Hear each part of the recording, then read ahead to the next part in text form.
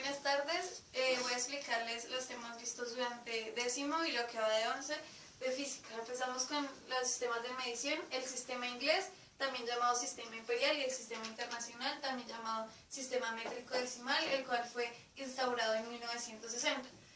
Las unidades de masa para el sistema inglés son la onza y la libra, y para el sistema internacional los kilos. De longitud, pulgada, pie, yarda, acá kilómetros, metros y centímetros. De tiempo, acá es en horas y acá es en segundos. Para la conversión se utiliza regla de 3. Tenemos vectores que tienen módulo, sentido, dirección y magnitud. La magnitud puede ser vectorial o escalar. En la vectorial se necesita una unidad, un número, un valor numérico, sentido y dirección. En la magnitud escalar se necesita magnitud, un número que puede ser positivo o negativo.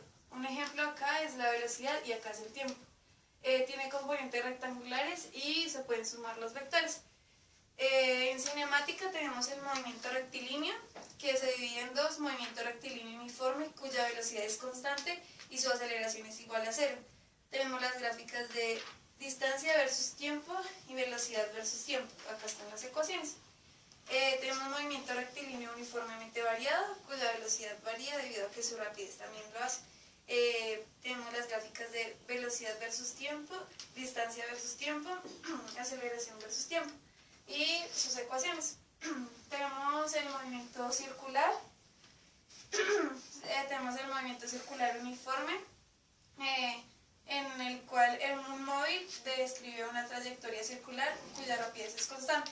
Tenemos el movimiento circular uniformemente acelerado, en el cual el móvil describe una trayectoria circular en la que su velocidad angular y tangencial varía, por lo tanto su aceleración tangencial y angular también varía, la rapidez varía.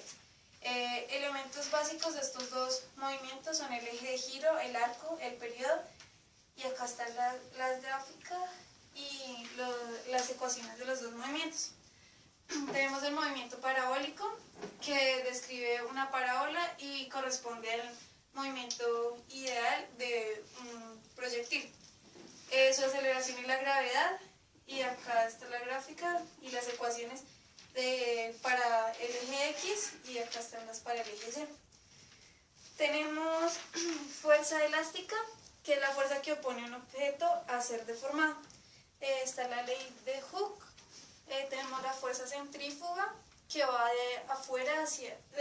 hacia afuera en un movimiento circular uniforme. La fuerza centrípeta, que es la que va hacia adentro en un movimiento circular uniforme. Aquí está la ecuación.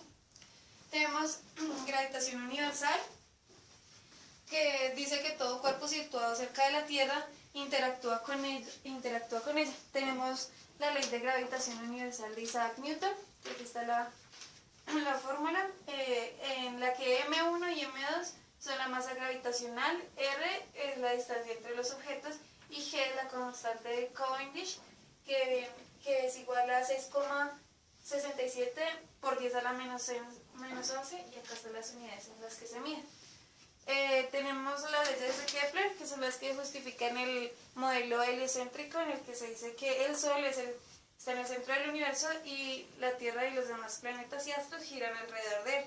La primera ley dice que cada planeta se mueve en una elipse con el Sol en un foco. Entonces acá está el Sol en un foco y el otro planeta.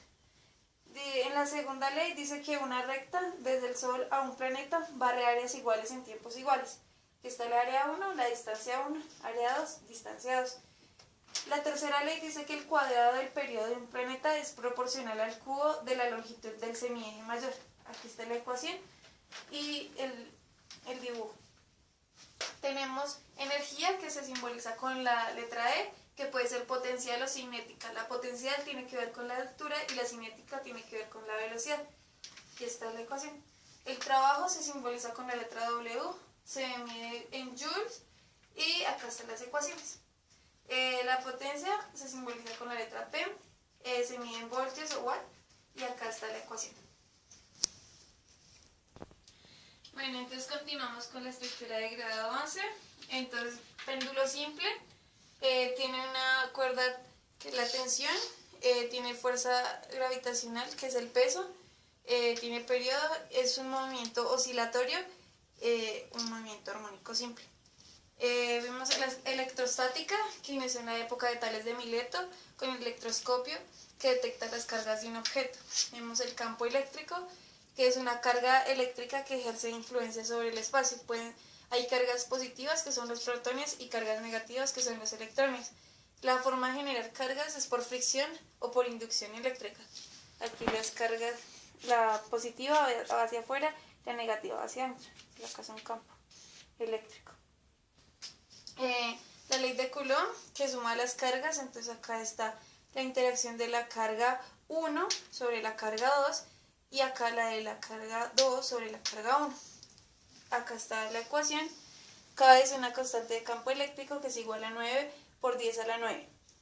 Tenemos potencial eléctrico, que es el trabajo cuando se lleva una carga positiva desde infinito hasta un punto dentro del campo.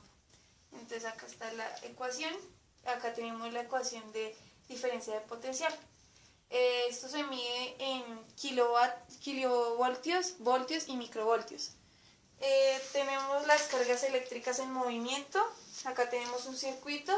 Acá las líneas de cómo se mueve la corriente. Acá cómo se mueven los electrones. En este circuito se genera una fuerza electromotriz. Acá está la ecuación de la fuerza electromotriz. Vemos que hay materiales conductores y aislantes. La I es la corriente, la Q es la cantidad de carga y la T es el tiempo. Tenemos circuitos en serie y en paralelo. Acá está la ley de Ohm. Tenemos los efectos de la radiación magnética, que son trastornos. El campo magnético creado por un conductor eléctrico. Aquí está una ecuación. Y acá tenemos la ecuación de campo eléctrico en una bobina. Mu es igual a 4pi por 10 a la menos 7 teslas metros sobre amperios. Termodinámica, tenemos que temperatura es el nivel de energía cinética de un cuerpo. Se mide en grados Celsius, Fahrenheit, Kelvin o Rankine. El calor es el aumento de energía cinética debido a choques entre partículas. Tenemos que un objeto puede sufrir de dilatación lineal, se mide con esta ecuación. Dilatación superficial, se mide con esta. Y dilatación volumétrica, se mide con esta. Tenemos que el magnetismo fue descubierto en el siglo VI a.C. en Magnesia, cuando se descubrió la magnetita. Tenemos fenómenos eléctricos que pueden ser producidos naturalmente o creados por el humano. Naturales son los rayos o las auroras boreales, y creados por el humano los circuitos o las cargas. Los circuitos pueden ser en serie o paralelo, las cargas por inducción como el generador Van de Graaff, por contacto en fricción. Tenemos el motor eléctrico, que es el que transforma la energía eléctrica en energía mecánica. Acá tenemos las escalas de temperatura, Kelvin, centígrado, Fahrenheit, Rankine. Tenemos el punto de ebullición del agua en todas, el punto de fusión del hielo y el cero absoluto. Tenemos las leyes de los gases, la ley de Avogadro, que establece la relación entre la cantidad de gas y su volumen cuando se mantiene constante la temperatura y la presión. Tenemos la ecuación, la ley de Boyle: si la cantidad de gas y la temperatura permanecen constantes, el producto de la presión por el volumen es constante.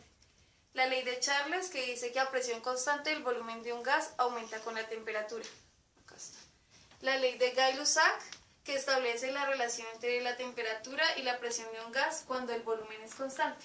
Tenemos la ecuación. Tenemos procesos termodinámicos. Está el proceso isotérmico, que es el cambio de temperatura reversible en un sistema termodinámico, siendo dicho cambio de temperatura constante en todo el sistema. Acá tenemos la gráfica de presión versus volumen y la ecuación. Tenemos el proceso isobárico, que es cuando hay una variación del volumen o temperatura y la presión permanece constante. No importa si el gas sufre una compresión o una expansión. Acá tenemos la gráfica de presión versus volumen y la ecuación, en la que Q es el calor transferido, la U, significa energía interna, y P la presión y V es el volumen.